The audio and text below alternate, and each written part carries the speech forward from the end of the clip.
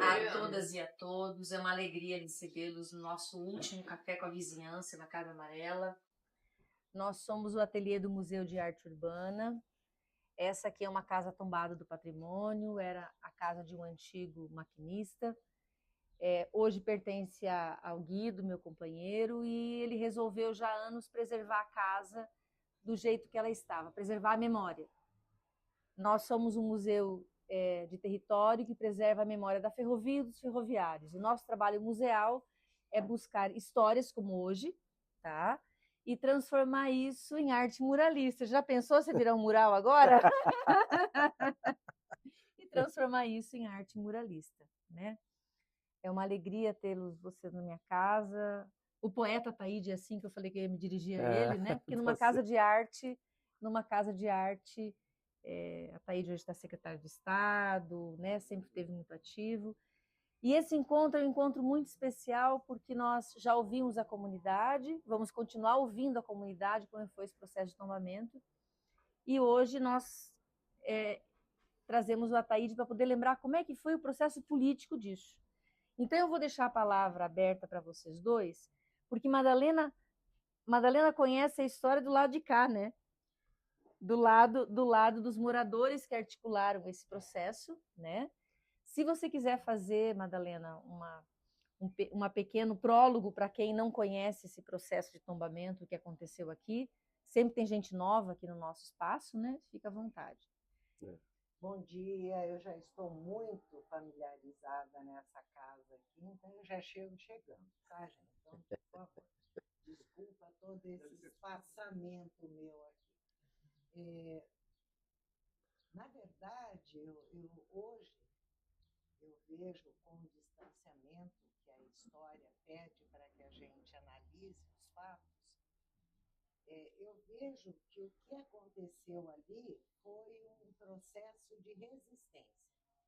Hoje eu consigo entender esse processo de resistência. Resistência a quê? Resistência àquele turbilhão que veio com a privatização da ferrovia e com o temor que nós tínhamos de perder as nossas casas. Perder a nossa casa, ela era mais do que sair de uma residência, era enterrar toda uma história de 3, 4 gerações que viviam ali. Mas expertise nenhuma nós tínhamos.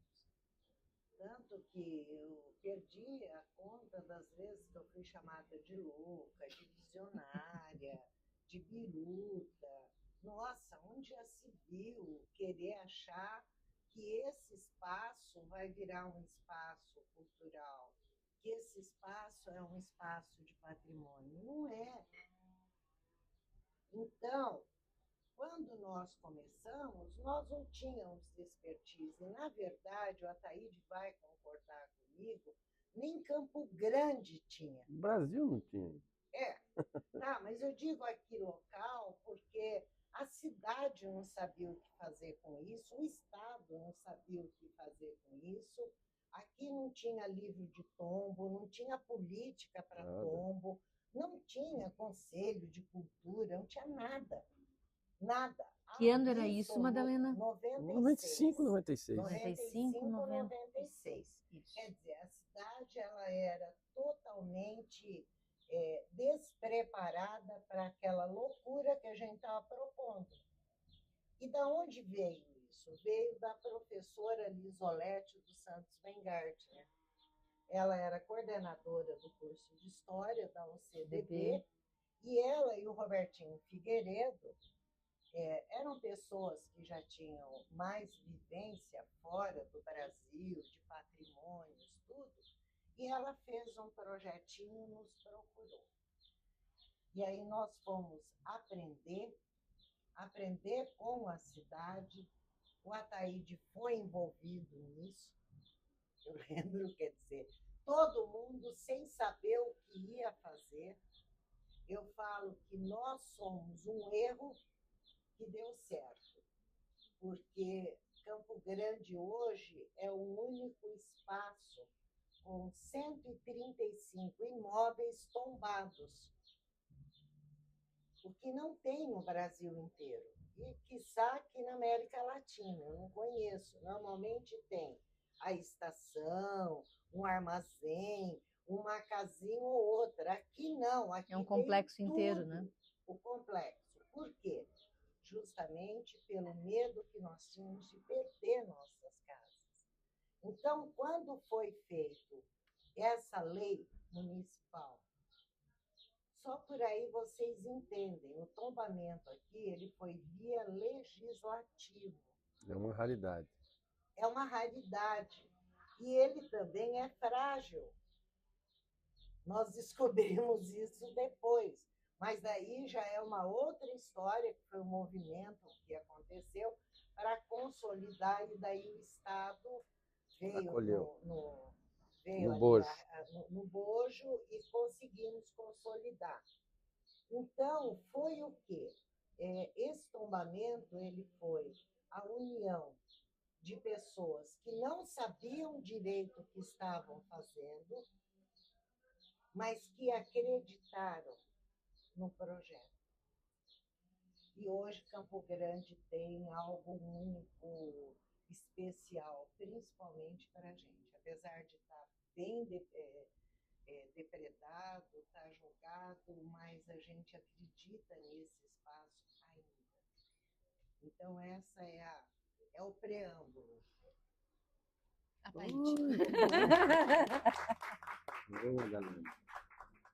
Antes de... Só uma curiosidade, desculpa, perceber. O que a senhora falou foi um erro que deu certo. O que era o erro?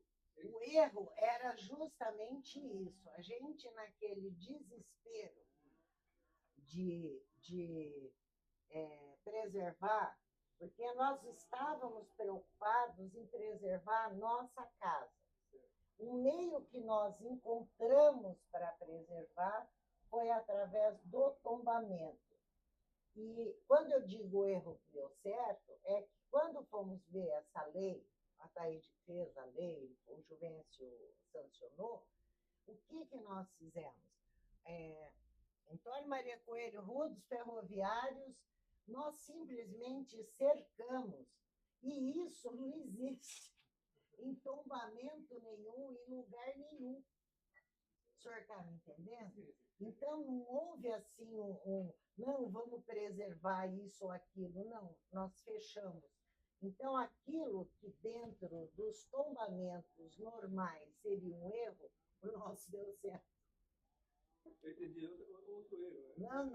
Não foi erro. Eu queria preservar a história do seu. Não foi. Foi algo assim que nós fizemos.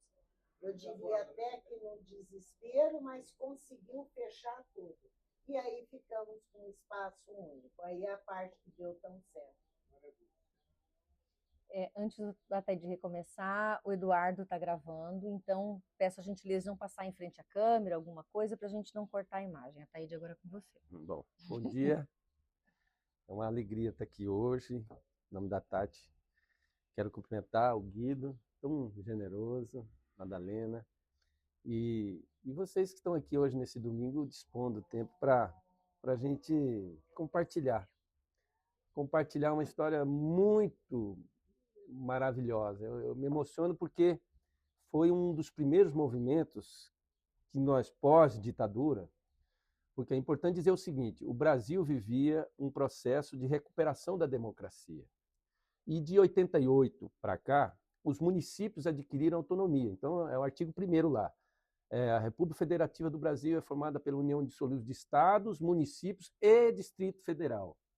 Constitui-se em Estado democrático de direito com os seguintes princípios. Aí vem soberania, cidadania, dignidade da pessoa humana, valores sociais do trabalho e da livre iniciativa e pluralismo político, né?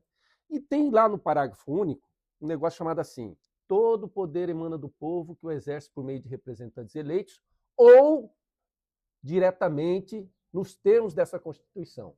Ou seja, você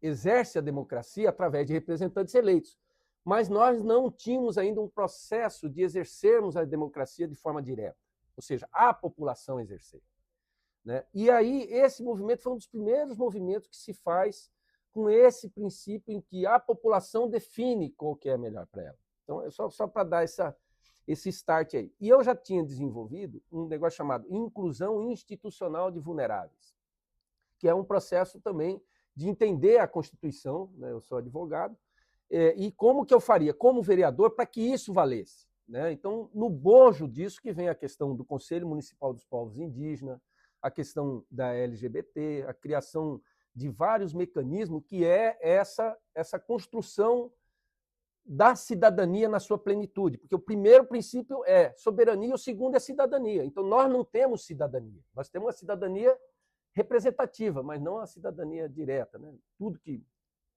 forja isso. Muito bem.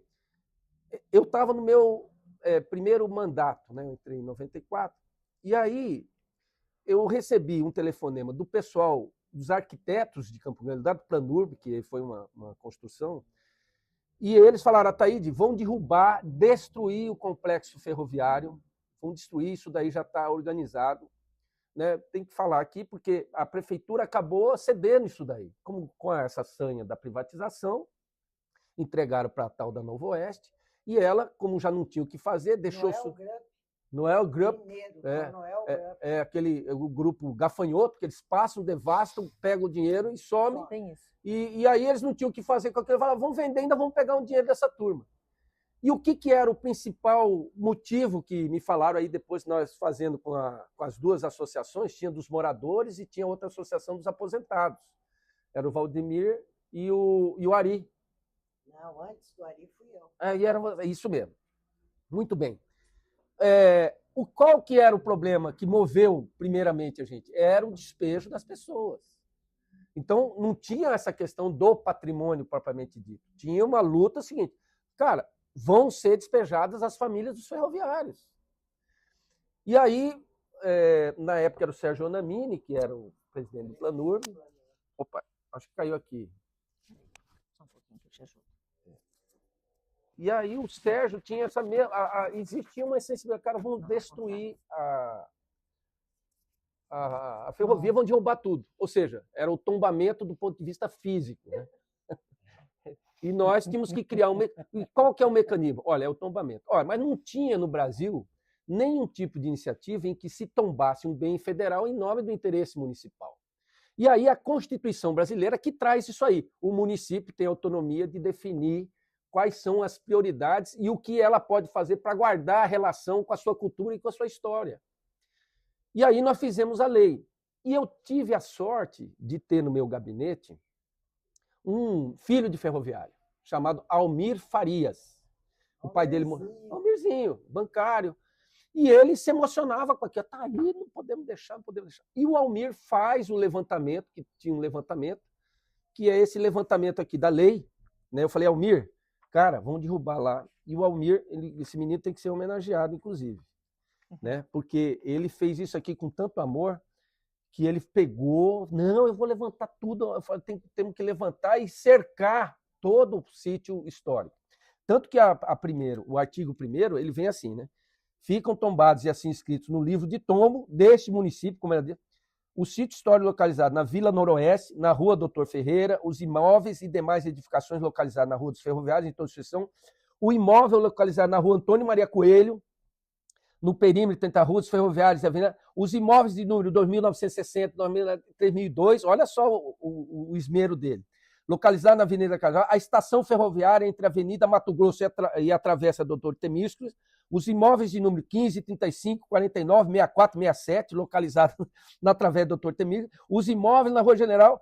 Então ele vem aqui. Os imóveis localizados na Rua 14, no perímetro compreendido entre a Rua Essa de Queiroz e a Doutor Ferreira, e os imóveis que compõem, aí que vem isso aí, a estação ferroviária de Campo Grande. Ou seja, ele fez esses detalhes, mas no final a gente grudou no processo inteiro. Tá, pô, é totalmente inconstitucional do ponto de vista... Mas teve um outro elemento. Aí, com o movimento dos ferroviários, que era a questão do despejo, a gente vai e entra, tinha o Valber, né? Lembra do Valber também? O Valber, o Nolasco, ele trabalhava junto com o sindicato dos ferroviários. Exato. E nós éramos a Associação dos Moradores. do Patrimônio Histórico da Ferrovia em Campo Grande. Exato. A FAPED não existia ainda, então. Não existia. É. Depois, ele falou do Ari. O Ari, ele teve um trabalho legal, mas foi em 2003, quando foi a questão da venda dos imóveis. Uhum. Porque, do jeito que estava, porque entregar chamou a atenção, né, Thaís? Virou. Chamou. E aí, quer dizer, aquele que fizesse a maior oferta... Levava. Aí a associação, mais uma vez, ela criou lá com ajuda política, lógico, e aí o morador tinha prioridade. Amor Confer. Isso. Associação dos Moradores do Complexo Ferroviário. Amor Confer. Amo Confer. Amo com ferro. Isso mesmo. Então, as duas vezes foi a ferrovia intervenção da associação, isso, a força das associações que entraram e conseguiram garantir a permanência do ferroviário ali. E teve a AFAPED, que foi depois. Foi depois. Mas teve um detalhe. Aí o Almir, como ele faz isso daí, o que acontece? Em que pese tudo isso, a gente tinha que falar, mas por que vai manter? Então os ferroviários vão pegar o negócio de graça? Não vão pagar nada? Aí que veio a questão também de preservação do patrimônio, mas dando aos moradores uma função do ponto de vista do tombamento. E aí que veio, no último artigo, a gente vai colocar, né, é isento de IPTU os imóveis integrantes do patrimônio histórico, ora tombado, conforme regra do artigo 2º, inciso 2 da Lei 2.786, que altera o dispositivo do Código Tributário Municipal. Ou seja, o porquê que isentamos o IPTU? Porque isentar o IPTU para que o morador seja mantido, mas que ele preserve o patrimônio. Ou seja, ao morador se deu uma função histórica de ser, ao invés do município preservar, quem vai preservar são os moradores. Seria o zelador. O zelador. E aí eles iam ter que manter, segundo os critérios aqui, né, a empresa de saneamento tinha que respeitar, a escola estadual Álvaro Martins também entregou nisso daí. Batatinha? Que chamava Batatinha. O Batatinha. Batatinha. Fica proibido de remover os paralelepípedos, né? E aí isso fez com que o morador tivesse uma função pública. E aí porque o morador também não ia conseguir pagar o IPTU, né? Porque estavam desempregados, a maioria, todo mundo ferrou o negócio, despejou, demitiu todo mundo, e aí segurou. Então, esses dois aspectos eram inconstitucionais. Quando aí a gente faz o movimento aqui, faz as reuniões, mas a Câmara era contra. A Prefeitura era contra a lei. Só tinha lá, nós éramos 21 vereadores, só que tinha um negócio. Como eu era advogado, eu era membro da Comissão de Constituição e Justiça. E a Comissão de Constituição e Justiça, regimentalmente, é o seguinte: se for 3-0, o processo é arquivado. E aí acabou o processo. Então era eu, o Santos Pereira e o Celso Iannazzi. E aí, nesse processo, eles foram a favor, pela inconstitucionalidade da lei. Não, até besteira falar isso, mas por conta da legalidade mesmo, porque isso aqui era um projeto mais político de preservação do que um projeto de legal, porque era a primeira vez que o município ia tombar e usar o artigo que lhe dava autonomia, porque como aqui era um bem federal, mas guardada a relação com a história do município, ele cabia o interesse do município sobrepor o interesse da União, entendeu? Por ser ente federado autônomo. Muito bem, então, com esse debate é que a gente vai na comissão e falou, rapaz, não pode. E aí foi 2-1. No regimento é isso aí. Se na Comissão de Constituição e Justiça existe um voto divergente, você remete para o plenário. Por isso que eu falei, olha, eu vou perder na comissão, mas quando for para o plenário, e o prefeito tinha maioria, nós íamos perder, mas como estava lotado lá, lotamos a Câmara, né, e todo mundo com faixa, as mulheres lá, a mulher do... Não, do lado do Zé Carioca, a dona... A Lene. A Lene. Que é a mulher que faleceu. Que morreu de câncer. Que ele era o cara que fazia guia turístico na rodovia, conhecia de tudo. Esqueci o nome dele. Puxa vida. E então, as mulheres foram, os filhos foram, olha, ou a gente ganha isso ou a gente vai ser despejado, né? Porque era essa a condição.